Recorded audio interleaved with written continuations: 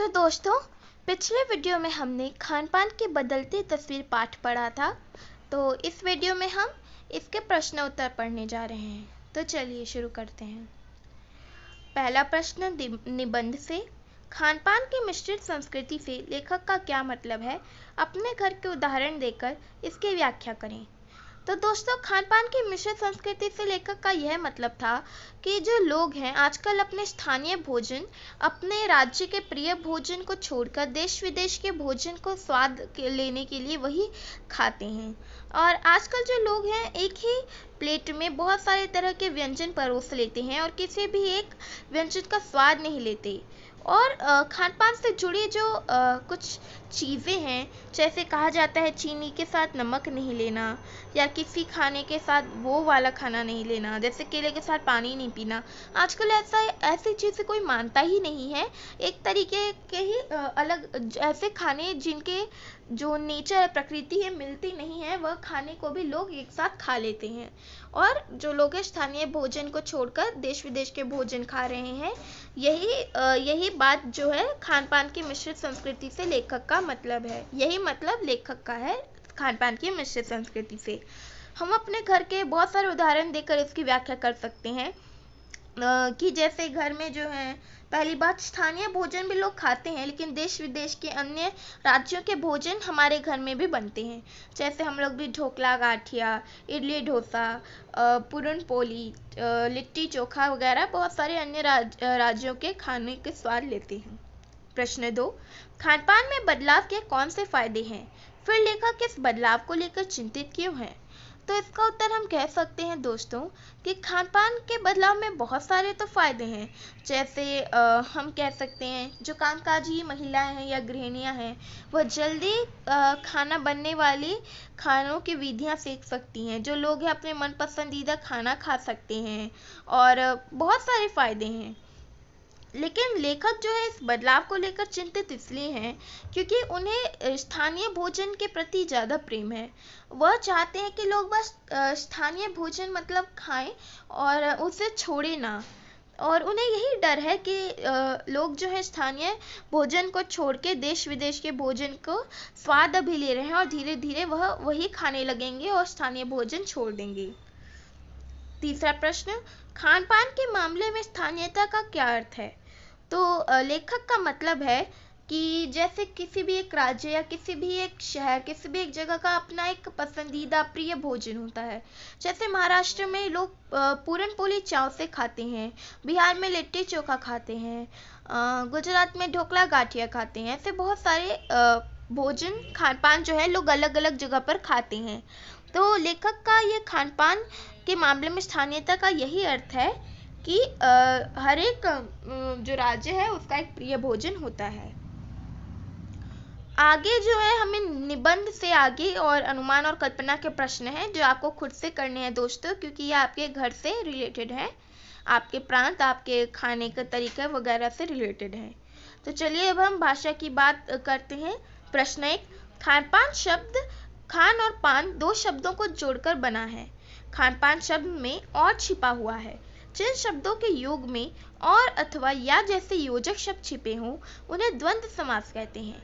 नीचे द्वंद्व समास के कुछ उदाहरण दिए गए हैं, इनका वाक्यों में प्रयोग कीजिए और अर्थ समझिए।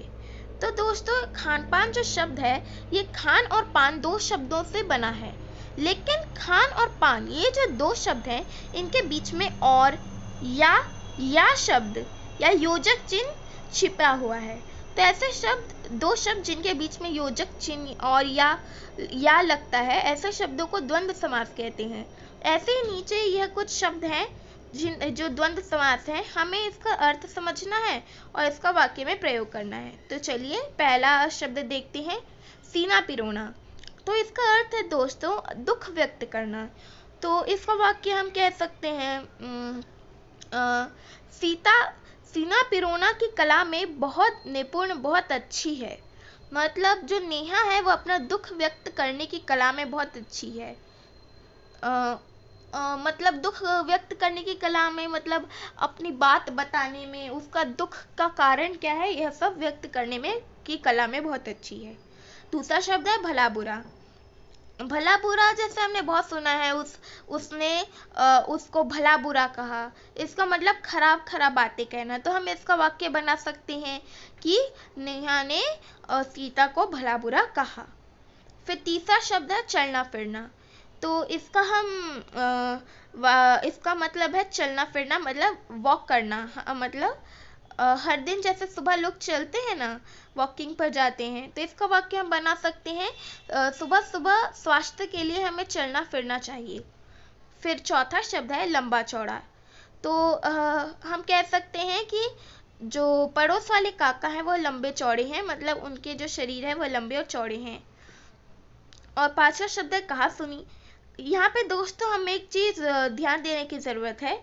कही सुनी मतलब कही सुनी बात, हम कहते हैं ना जो बातें हमने किसी से सुनी है उसे कहते हैं कही सुनी बात, लेकिन ये है कहा सुनी। कहा सुनी मतलब लड़ाई झगड़ा। तो हम कह सकते हैं कि राम का श्याम से झगड़ा हो गया, राम का श्याम से कहा सुनी हो गई, तो हम ये कह सकते हैं।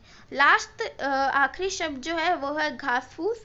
इसका मतलब है मतलब घास फूस जो गाय और बहुत सारे जानवर खाते हैं, तो हम कह सकते हैं कि घास फूस गाय भैंस खाती हैं, या बहुत सारे घर घास फूस से बने हैं।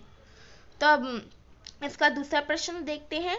कई बार एक शब्द सुनने या पढ़ने पर कोई और शब्द याद आ जाता है। आइए शब्दों की ऐसी कड़ी बनाएं। नीचे शुरुआत की गई है, उससे आप आगे बढ़ाइए। कक्षा में मौखिक सामूहिक गतिविधि के रूप में भी इसे दिया जा सकता है। इडली, दक्षिण, केरल, ओणम, त्योहार, छुट्टी, आराम। तो दोस्तों इस प्रश्न का मतलब है कि कई बार अगर हम कोई भी एक शब्द को सुनते हैं तो हमें किसी और शब्द की याद आ जाती है। उसका उदाहरण दिया गया है जैसे इडली। इडली एक खाना है, हमें इसके सुनने पर क्या याद आता है कि दक्षिण भारत में बनता है, इसलिए दिया गया है यहाँ पर इडली के बाद योजक चिन्ह करके दिया गया है दक्षिण।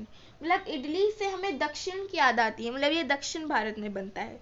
फिर इसका ही दूसरा उदाहरण दिया गया है केरल।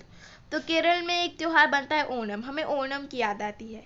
वैसे त्योहार मतलब कोई भी त्योहार आता है जैसे दिवाली, होली, तो इससे हमें याद क्या आती है छुट्टी की, क्योंकि त्योहारों पर हमें छुट्टी मिलती है। वैसे हमें इसकी कड़ी को आगे बढ़ाना है, तो आगे जो शब्द है वो है आराम। तो आराम से हम सोच सकते हैं, इसका मतलब हम बोल सकते हैं बेड, कुर्सी, मतलब इसी पर हम आराम कर सकते हैं ना। तो आराम से हमें बेड, कुर्सी इनकी याद आती है। और आगे हम बहुत सारे शब्द का उपयोग कर सकते हैं, जैसे हम बोल सकते हैं चंचल, चंचल बालक, चंचल बालिका। हम बोल सकते हैं खूबसूरत, तो खूबसूरत फूल, खूबसूरत पेड़ आदि। फिर आखिरी है कुछ करने को। उन विज्ञापनों को इकट्ठा कीजिए जो हाल ही के ठंडे पेय पदार्थों से जुड़े हैं, उनमें स्वास्थ्य और सफाई पर दिए गए ब्यौरों को छांटकर देखें कि हकीकत क्या है। तो ये भी प्रश्न आपको खुद से करना है दोस्तों। इसमें आपको विज्ञापन इकट्ठा करना है या ठंडे पेय पदार्थों से जो जुड़े हुए हैं, और हमें उनमें स्वास्थ्य और सफाई पर जो दिए गए ब्यौरों हैं उन्हें छांट कर देखना है कि हकीकत क्या है। तो दोस्तों यहाँ पर हमने खान पान की बदलती तस्वीर के प्रश्न उत्तर पूरे कर लिए हैं। अगर आपको यह वीडियो पसंद आया होगा तो लाइक, सब्सक्राइब, शेयर जरूर करें और मेरे नेक्स्ट वीडियो को भी ज़रूर देखिएगा। धन्यवाद।